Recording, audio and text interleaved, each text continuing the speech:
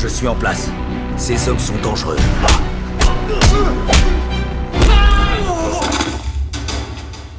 Des objections? T'éclater la gueule, connard! C'est marrant comme vous supportez pas la frustration. Se doubler soi-même, c'est sûr que c'est pas la même chose que doubler un autre personnage virtuel, comme j'ai pu le faire avec la fée Clochette. Le boss veut son fric.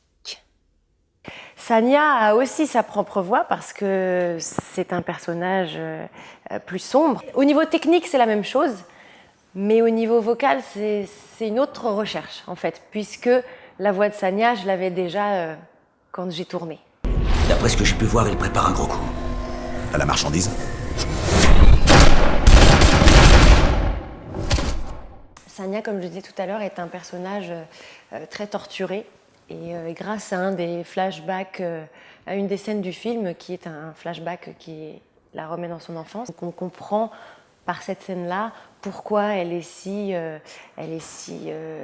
pas méchante, mais si agressive et primaire, dans le sens où on va la regarder de travers et les gens peuvent se prendre une balle entre les deux yeux.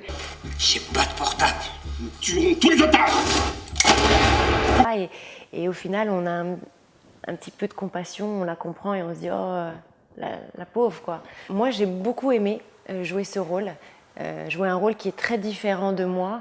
Et je remercie vraiment Jean-Marc d'avoir cru en moi et de m'avoir donné cette opportunité-là, parce que c'était pas évident, en me voyant, de penser peut-être à Sania. Je détiens, au nom du renouveau de l'OS, des diplomates étrangers. Nous demandons la reconnaissance de nos martyrs.